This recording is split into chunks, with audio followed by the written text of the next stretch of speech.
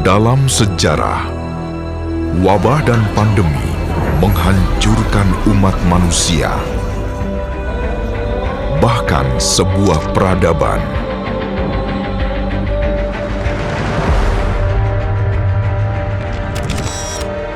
Siapa yang dapat membayangkan pandemi 100 tahun lalu terjadi lagi pada abad ini?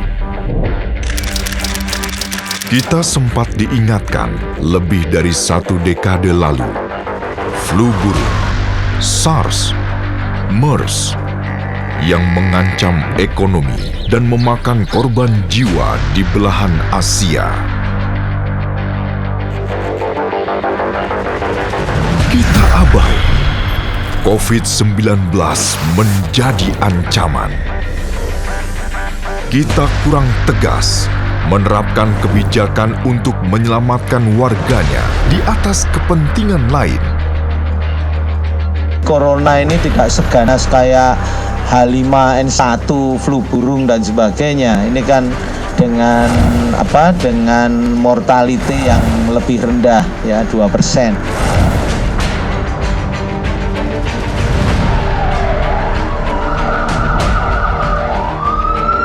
Angka kematian akibat COVID-19 di Indonesia menjadi yang tertinggi se-Asia Tenggara.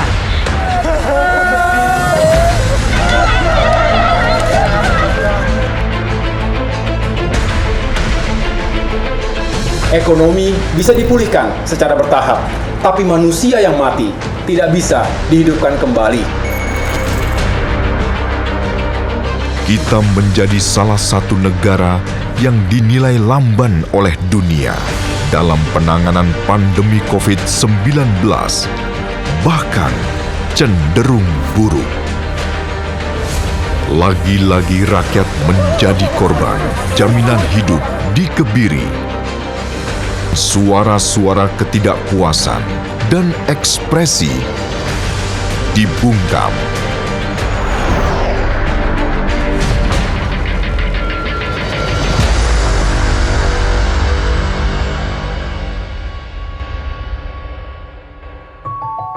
Ketepatan sebuah visi dan misi haruslah dibekali dengan pengetahuan dan pemahaman akan akar dari sebuah tantangan. Berbicara tentang berdirinya Partai Demokrat, pertama-tama kita harus mengetahui konteks sejarah waktu itu. Partai Demokrat berdiri pada tahun 2001 atau 3 tahun setelah negara kita mengalami krisis besar, krisis nasional 1998. Dari situlah sebelumnya Partai Demokrat sebagai partai baru mengidentifikasi apa sebenarnya yang diinginkan oleh rakyat Indonesia pasca krisis 1998 dulu. Sebelum saya lanjutkan, menurut pandangan saya, di Indonesia ini ada 3 tonggak sejarah yang sangat penting. Yang pertama adalah 1945, berakhirnya pemerintahan kolonial. Yang kedua 1965, perubahan besar juga pada akhir masa pemerintahan Presiden Soekarno. Dan kemudian 1998, akhir masa pemerintahan Presiden Soeharto. Apa yang hendak saya sampaikan, dari masing-masing tonggak sejarah itu, pasca krisis itu, bangsa kita melakukan koreksi total dan perubahan besar. Hal-hal yang tidak disukai oleh rakyat kita di era kolonial tentu harus kita hilangkan dan tidak kita lakukan di era kemerdekaan. Demikian juga 1965, demikian juga 1998.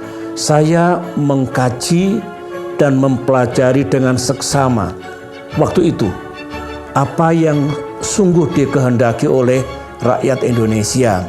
Saya simpulkan ada 4 sebenarnya.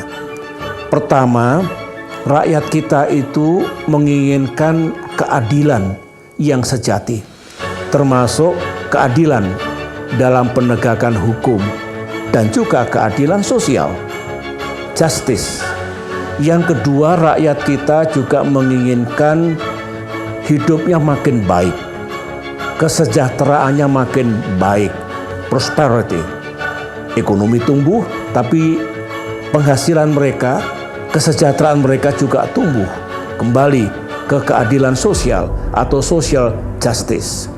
Yang ketiga, rakyat kita ingin negaranya aman dan damai, rukun.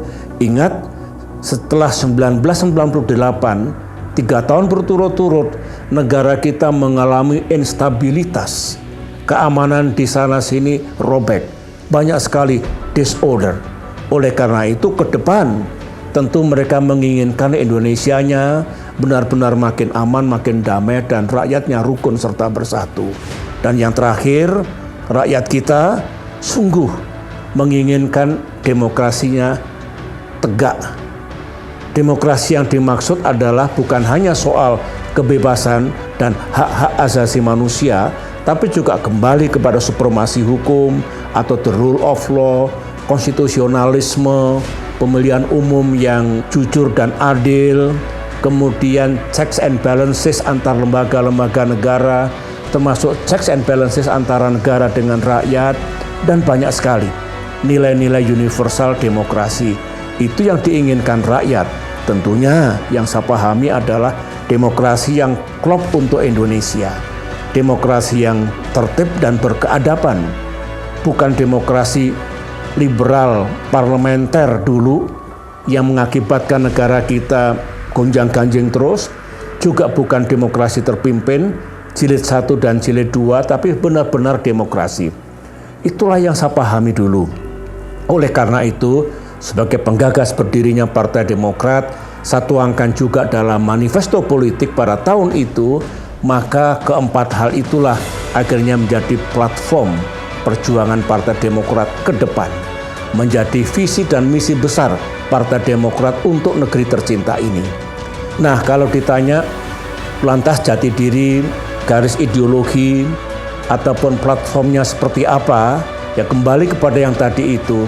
Kami tentu menganut azas Pancasila. Karena bagi Demokrat, Pancasila lah yang terbaik untuk bangsa kita. Yang kedua, kami menganut garis ideologi nasionalis religius. Nasionalis dalam arti partai kebangsaan. Tetapi nasionalisme yang kami maksud, kebangsaan yang kami maksud bukanlah yang tidak mengadopsi nilai-nilai agama yang luhur. Dan kami tidak ingin ada dikotomi, pertentangan antara nasionalis dengan agama. Oleh karena itulah kami pilih istilah nasionalis religius, dan itu kami tuangkan dalam manifesto politik pada tahun 2001. Platformnya ya 4 hal itu yang harus kita capai ke depan. Dan pada ADART tahun 2020 kemarin, dari 4 isu besar itu kami tambahkan lagi 1, yaitu pelestarian lingkungan. Jadi lengkap sudah, yang pertama justice, yang kedua prosperity, yang ketiga peace, yang keempat democracy, yang kelima environmental protections. Itulah yang hendak saya sampaikan, dan ingat, setiap tonggak sejarah selalu ada transformasi dan reformasi. Demikian juga 1998, itu visi Demokrat, itu misi Demokrat ke depan.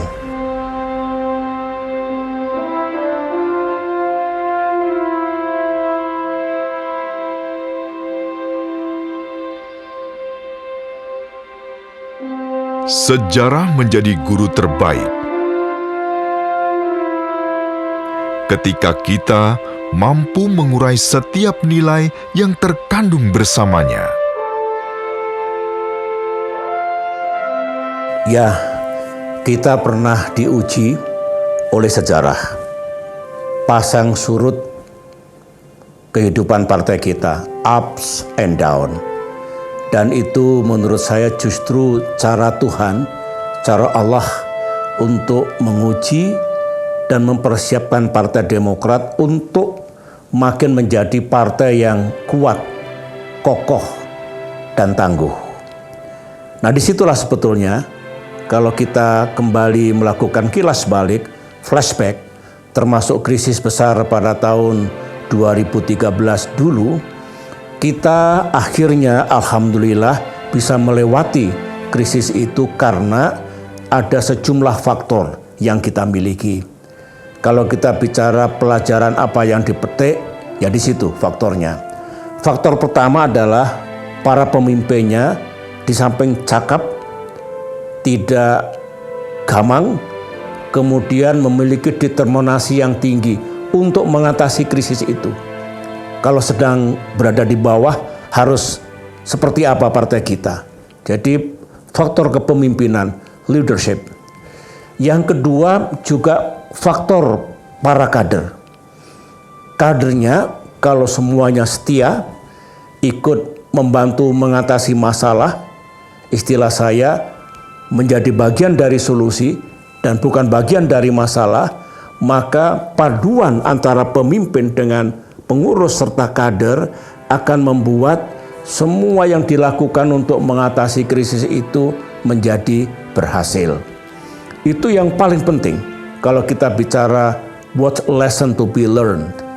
Nah, krisis atau kalau kita sedang berada di bawah dalam siklus kehidupan partai kita, itu juga yang paling baik untuk menguji kesetiaan para kader.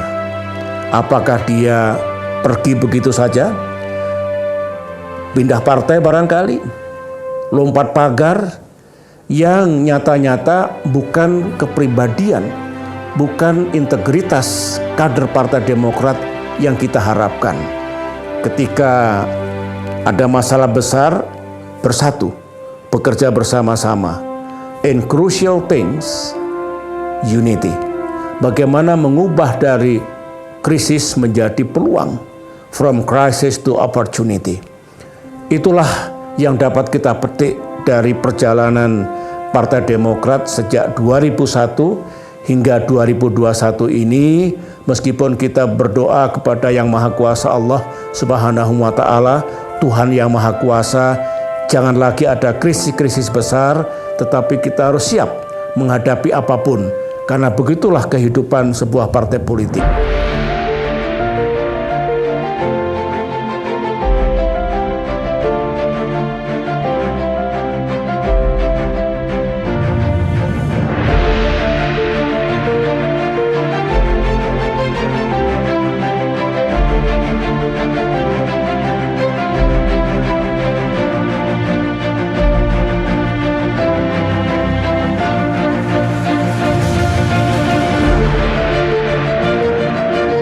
Setiap pemimpin ada masanya.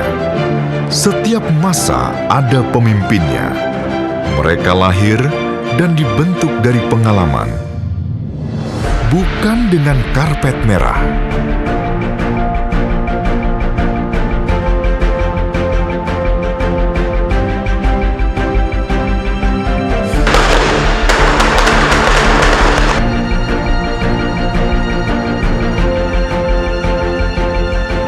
Saya bergabung dengan Partai Demokrat pada tahun 2016, memenuhi permintaan dari sejumlah partai politik, mewakili berbagai kalangan masyarakat sebagai calon gubernur DKI Jakarta.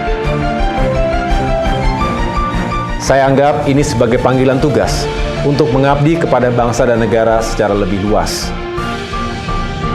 Saya mengatakan bahwa saya siap untuk melakukan pengabdian yang lain, yaitu di dunia politik dan pemerintahan. Sejatinya, sebenarnya dari TNI pula lah saya belajar dan memiliki prinsip bahwa mengabdi untuk masyarakat, negara dan bangsa tidak mengenal batas waktu dan juga tidak mengenal wilayah penugasan.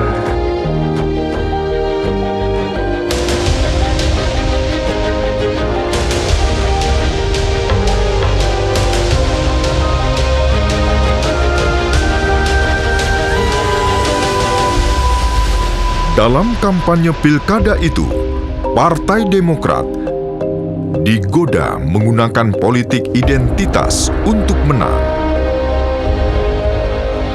Tapi kita tidak ingin mengkhianati rakyat. DNA Partai Demokrat adalah nasionalis religius. Selepas Pilkada DKI, tidak ada jalan kembali. Saya bersyukur tidak langsung diberi posisi dalam struktur kepengurusan partai.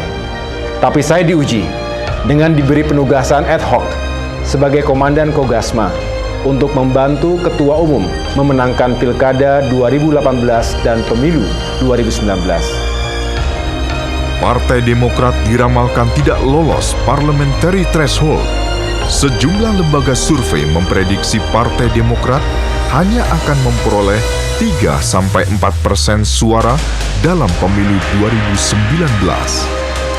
Selama 2 tahun, saya keliling Nusantara, melalui darat, laut, dan udara. Bertemu dengan para kader serta masyarakat luas, mengkampanyekan visi dan misi perjuangan Partai Demokrat. Partai Demokrat nomor 14.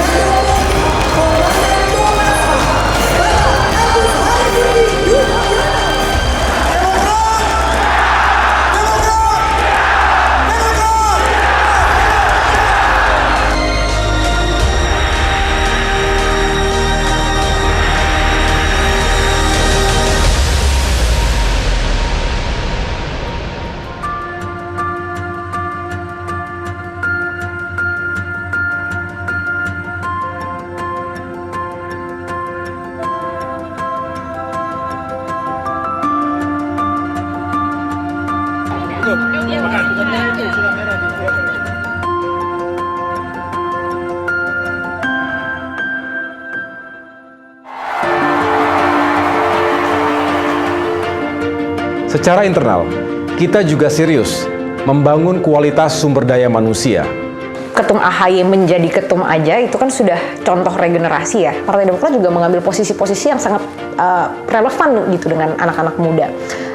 Contohnya misalnya stand Partai Demokrat di RUU Cipta Kerja kemarin, itu kan RUU yang anak muda sangat perhatikan gitu ya. Mas AHY menaruh kepercayaan, selalu menaruh kepercayaan kepada anak buahnya, kepada para stafnya, dan juga memberikan kesempatan bagi orang-orang di sekitarnya untuk berkembang. Salah satu contoh konkret apa yang saya alamin di tahun 2019. Saya dipercaya beliau untuk mendapatkan dan berkesempatan untuk sekolah di Peking University, salah satu universitas terbaik di Cina, dengan beasiswa. Saya percaya muda adalah kekuatan. Apalagi kita sedang memperoleh bonus demografi. Tapi tentu harus dipersiapkan secara optimal. Atas dukungan Ketua Umum Pak SBY waktu itu, kita mendirikan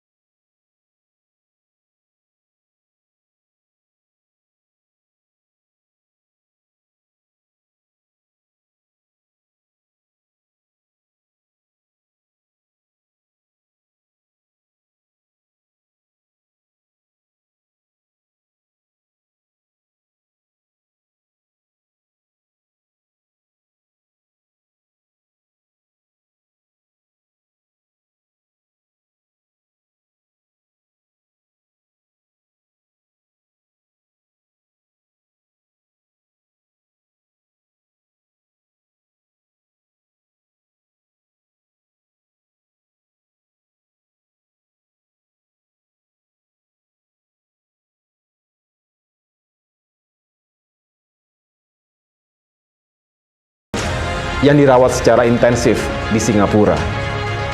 Ketua Umum Pak SBY akhirnya memerintahkan kepada saya untuk memimpin kampanye nasional. Dalam menjalankan tugas ini, saya didampingi oleh sejumlah senior partai. Maijen TNI Purnawirawan Nahrawi Ramli memimpin pemenangan di wilayah Barat. Sedangkan mantan Gubernur Jawa Timur, Pak Dekarwo, memimpin pemenangan di wilayah Timur Indonesia. Saya tekankan kembali, jangan pernah lelah mencintai Indonesia. Demokrat adalah rumah bagi pencinta demokrasi. Demokrat yakin Indonesia untuk semua.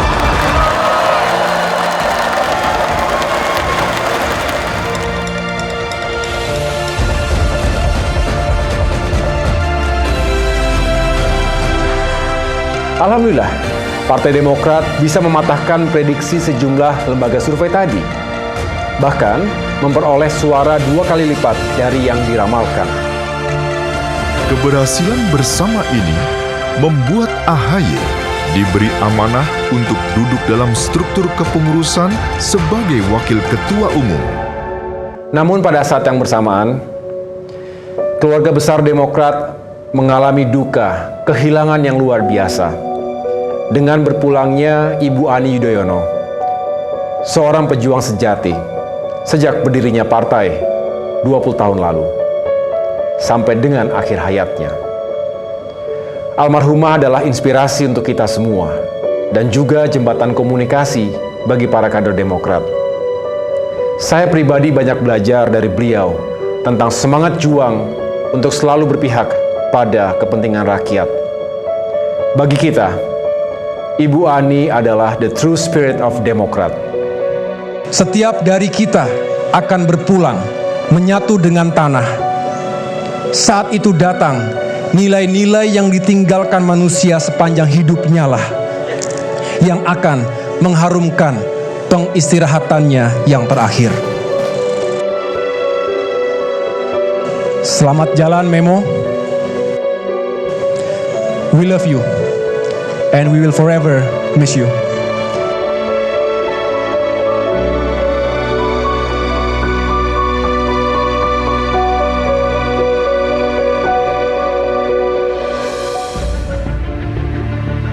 Apa kabar semuanya?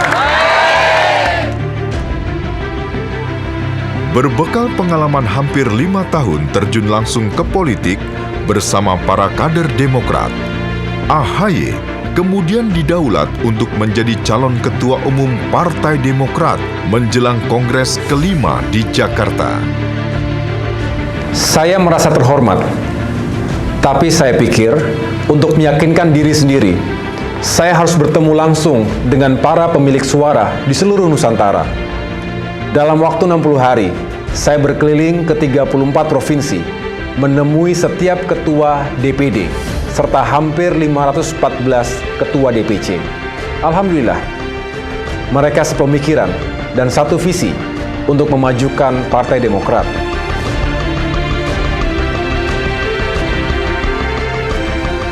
Telah ditetapkan secara aklamasi Bapak Agus Harimurti Yudhoyono sebagai Ketua Umum Partai Demokrat masa bakti 2020-2025. Dalam Kongres kelima Partai Demokrat pada bulan Maret 2020, secara aklamasi saya terpilih untuk mengemban amanah sebagai Ketua Umum Partai Demokrat periode 2020-2025. Usai Kongres kelima, sejak saya terpilih menjadi Ketua Umum, sebenarnya kami merencanakan untuk melanjutkan gerilya Nusantara, menyapa langsung rakyat di berbagai daerah. Tapi Tuhan berkehendak lain. Pandemi COVID-19 mulai menyebar. Kongres sendiri dipercepat sesuai himbauan pemerintah. Dalam situasi awal pandemi, kita segera fokus membantu rakyat, walaupun struktur DPP belum terbentuk ketika itu. Bagi Demokrat, tidak ada yang lebih penting dari nyawa manusia. Kami mengeluarkan 6 rekomendasi kepada pemerintah, antara lain mendorong pemerintah untuk tidak ragu-ragu melakukan lockdown sesuai dengan ketentuan Undang-Undang Karantina Wilayah. Satu kata dengan perbuatan.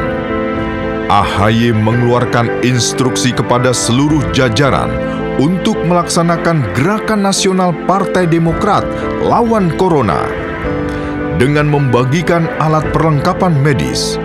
Kemudian diikuti oleh gerakan nasional Peduli dan Berbagi dengan membagikan sembako kepada warga yang sangat sulit ekonominya.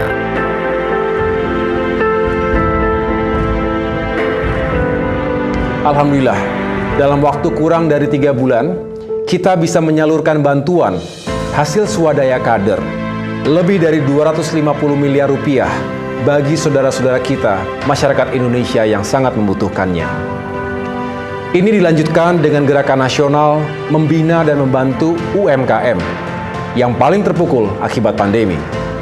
Kita juga melakukan pembinaan di samping memberikan bantuan, dan tentunya harapan kami UMKM sebagai ujung tombak perekonomian bangsa ini bisa tetap survive, bisa tetap kuat sesuai dengan semangat Partai Demokrat, bersama kita kuat, bersatu kita bangkit. Selain itu, untuk membantu para pelajar yang kesulitan mengikuti pendidikan jarak jauh, kita melakukan gerakan nasional Wi-Fi gratis. Sekarang Partai Demokrat dianggap sebagai partai yang terdepan untuk memberikan bantuan-bantuan masyarakat. Jadi di dalam situasi pandemi ini, justru dengan instruksi ketum dan dengan semangatnya para kader turun ke lapangan, sehingga masyarakat merasakan manfaatnya. Dalam bahasa mereka akan mengingat partai mana atau siapa yang datang ke mereka pada saat mereka sedang mengalami kesulitan. Karena ini bukan mencari dukungan politik, ini adalah tentang kemanusiaan. Dalam rangka membangun komunikasi dan sinergi yang baik dengan berbagai elemen bangsa, Partai Demokrat di bawah kepemimpinan AHY bergerak melakukan silaturahmi 360 derajat. Di tingkat pusat, AHY menyambangi ketua umum partai politik lain.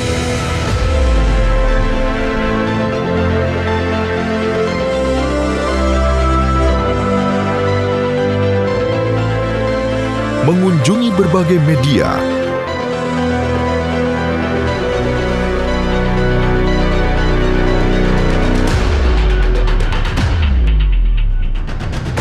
organisasi-organisasi massa, serta organisasi keagamaan. Kita ingin menyampaikan pesan bahwa Demokrat ingin bersahabat dengan semua dan juga terbuka untuk semua. Ini penting. Terlebih, solidaritas antar sesama anak bangsa merupakan kunci bagi daya tahan bangsa menghadapi krisis dewasa ini. Kita juga terus memperjuangkan harapan rakyat di parlemen. Prinsipnya, kita mendukung semua upaya menanggulangi COVID-19 dan memulihkan ekonomi nasional. Karena itu, kami menyetujui pengesahan Undang-Undang Nomor 2 Tahun 2020 untuk mempercepat penanganan COVID-19 dan pemulihan ekonomi, dengan catatan untuk sama-sama kita kawal dan sukseskan implementasinya. Partai Demokrat ingin pemerintah fokus mengatasi krisis ganda yang berkepanjangan. Partai Demokrat tegas menolak semua rancangan undang-undang yang tidak relevan. Di antaranya, rancangan undang-undang haluan ideologi Pancasila yang hendak mereduksi nilai-nilai Pancasila itu sendiri. Kita juga menolak rancangan undang-undang Omnibus Law Cipta Kerja yang sebenarnya juga ditolak oleh sebagian besar kaum buruh, profesional, dan anak-anak muda karena dirasa kurang adil. Meski akhirnya kita kalah suara dan memutuskan untuk walkout. Sejalan dengan itu, kita juga berusaha memenangkan pilkada di lebih dari 250 daerah. Ini pilkada pertama dalam suasana pandemi. Tidak mudah memenangkan suara rakyat di tengah-tengah pembatasan sosial berskala besar. AHY dan pengurus DPP Partai Demokrat juga ikut terjun berkampanye, tentunya dengan protokol kesehatan yang ketat. AHY keliling di wilayah Sumatera, Kalimantan, Sulawesi, dan tentunya wilayah Jawa. Alhamdulillah, Demokrat berhasil melampaui target pilkada. Ini bukti bahwa rakyat menaruh harapan besar kepada Partai Demokrat. Di awal tahun 2021, pada saat Demokrat sedang bekerja keras membantu rakyat, muncul gangguan serius. Semula kami mengira ini bagian dari dinamika yang biasa terjadi dalam organisasi partai politik. Namun rupanya ada tangan-tangan kekuasaan yang ingin mengganggu kedaulatan Partai Demokrat.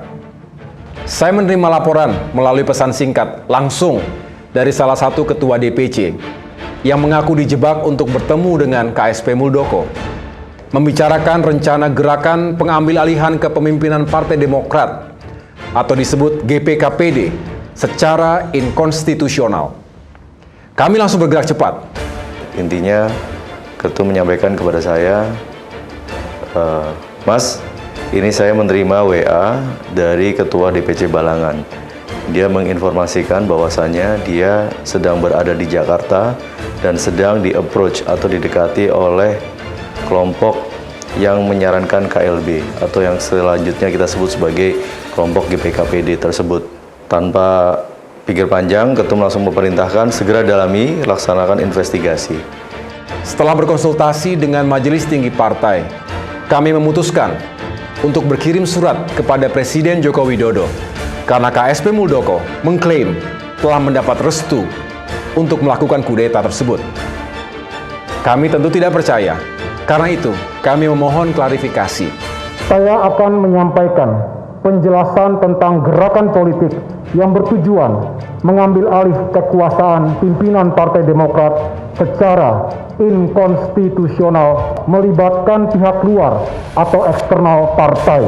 Seorang pejabat tinggi pemerintahan yang sekali lagi sedang kami mintakan konfirmasi dan klarifikasinya kepada Presiden Joko Widodo. Partai Demokrat mensinyalir adanya upaya pengambilan paksa kepemimpinan Partai Demokrat oleh sejumlah oknum kader dan non-kader partai. Agus Harimurti Yudhoyono menyebut ada rencana sistematis yang dilakukan sejumlah pihak untuk mengambil alih Partai Demokrat. Meski namanya tak disebut secara terbuka, KSP Muldoko langsung membantah keterlibatannya. Demokrat ada Pak SBY, ada putranya Mas AHY. Apalagi kemarin dipilih secara aklamasi. Muldoko mau kudeta, kudeta apa nih di kudeta? Tapi kemudian terbukti ia menjilat ludahnya sendiri. KSP Muldoko hadir dalam KLB ilegal di Deli Serdang. Gerakan pengambil alihan kepemimpinan Partai Demokrat itu satu istilah yang menurut saya memang pas. Kenapa? Karena langkah yang mereka ambil adalah memang memperlihatkan pengambil alihan. Bahkan bukan hanya kepemimpinan, ini partai mau diambil. Ini terlihat bahwa terjadi suatu deception, terlihat bahwa terjadi satu pembodohan terhadap partai, terutama kader. Dibilangnya oleh mereka, KLB ini untuk menyelamatkan partai.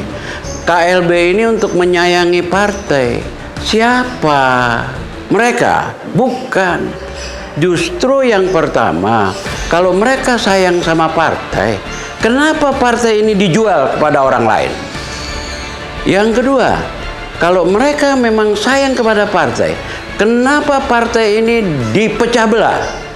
Bahkan aturan main ADART tentang KLB pun dilanggar oleh mereka. Waktu itu pilihan untuk kita adalah terjun langsung membubarkan KLB ilegal tersebut atau saya memimpin perjuangan di Jakarta. Akhirnya saya putuskan untuk memanggil seluruh ketua DPD provinsi ke Jakarta. Alhamdulillah, seluruhnya solid, kompak, semangat dan siap untuk melawan GPKPD. Sementara Ketua Umum Partai Demokrat Agus Harimurti Yudhoyono menyatakan Kepala Staf Kepresidenan Muldoko merupakan musuh bersama. Ada 4 benteng perlawanan yang Ketum arahkan kepada kami untuk kita pertahankan. Yang pertama adalah benteng secara hukum. Ya, kemudian yang kedua adalah secara politik. Yang ketiga adalah benteng pertahanan secara opini publik. Dan yang keempat adalah benteng pertahanan soliditas para kader utama Partai Demokrat se-Indonesia. Dalam hal ini Ketua DPD, Ketua DPC, dan para pemilik suara. Struktur komando yang sudah ada dan dimiliki oleh Partai Demokrat betul-betul bermanfaat. Jadi garis komando yang dipimpin oleh Ketua Umum kita, Mas AHY, dibantu oleh Sekjen, langsung membawai 34 DPD dan 514 Ketua DPC, ini bisa bergulir begitu cepat informasi dan apa yang kita inginkan.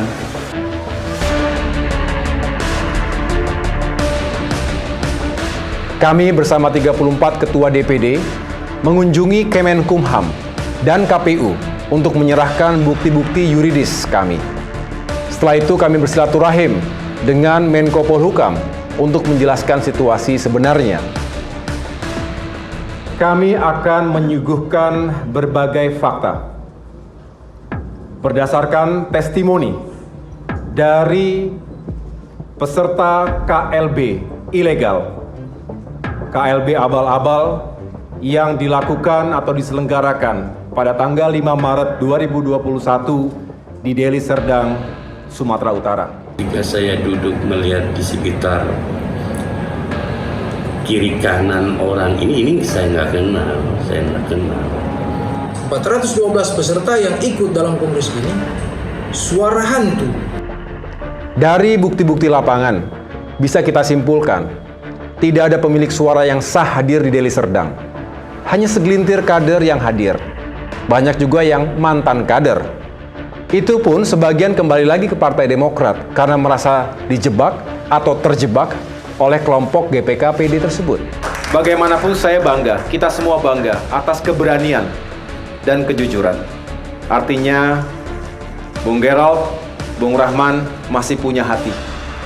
Masih punya kesetiaan bersama para sahabat Partai Demokrat yang memang telah berjuang sekian lama bersama-sama.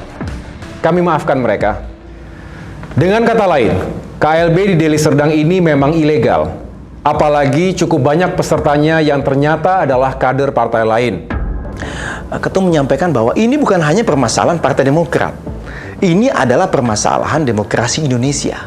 Bagaimana kita bisa menyelamatkan demokrasi Indonesia yang terancam oleh sosok yang dekat dengan pusat kekuasaan. Kali ini Partai Demokrat, lain kali bisa saja yang lainnya gitu loh. Kita bersyukur, bagaikan bola salju, dukungan juga datang dari berbagai kalangan.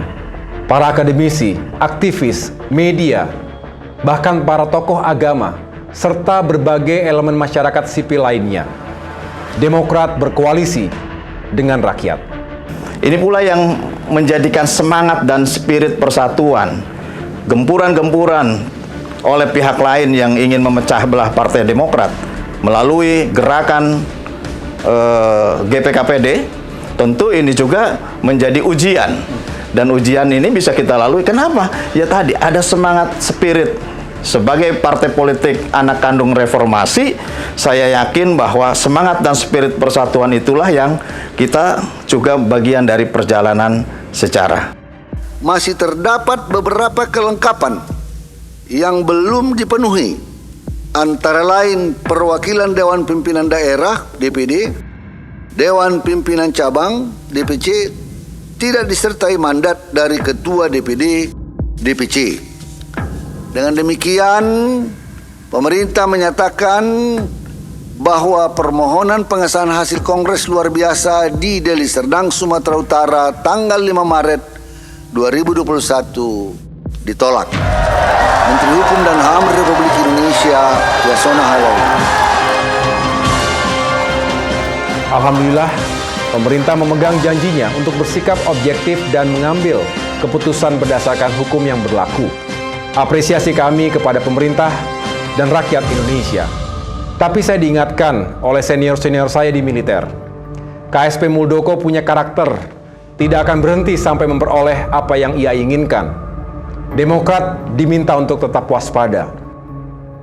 Peringatan ini terbukti KSP Muldoko tanpa malu mengaku-ngaku sebagai Ketua Umum Partai Demokrat, menempuh langkah hukum dengan menggugat pemerintah melalui PT UN. Kita tidak gentar sama sekali. Tapi kita berharap hukum dan keadilan tetap tegak di negeri ini. Saya mengajak seluruh pengurus dan kader, serta masyarakat luas untuk mengawal terus penyelesaian kasus ini. Jangan kasih kendor. Karena ini tidak hanya bisa terjadi di Partai Demokrat, tapi juga di partai-partai lainnya, bahkan di organisasi-organisasi lainnya. Intervensi kekuasaan seperti ini merusak demokrasi. Kita juga berharap hati nurani dan kebebasan berekspresi rakyat tidak dibungkam. Saya mengamati prosesnya dan saya telah menelaah, melakukan kajian hukum terhadap substansi gugatan. Saya sampai pada satu kesimpulan bahwa tidak ada celah hukum sedikit pun untuk gugatan itu bisa dikabulkan oleh hakim di pengadilan.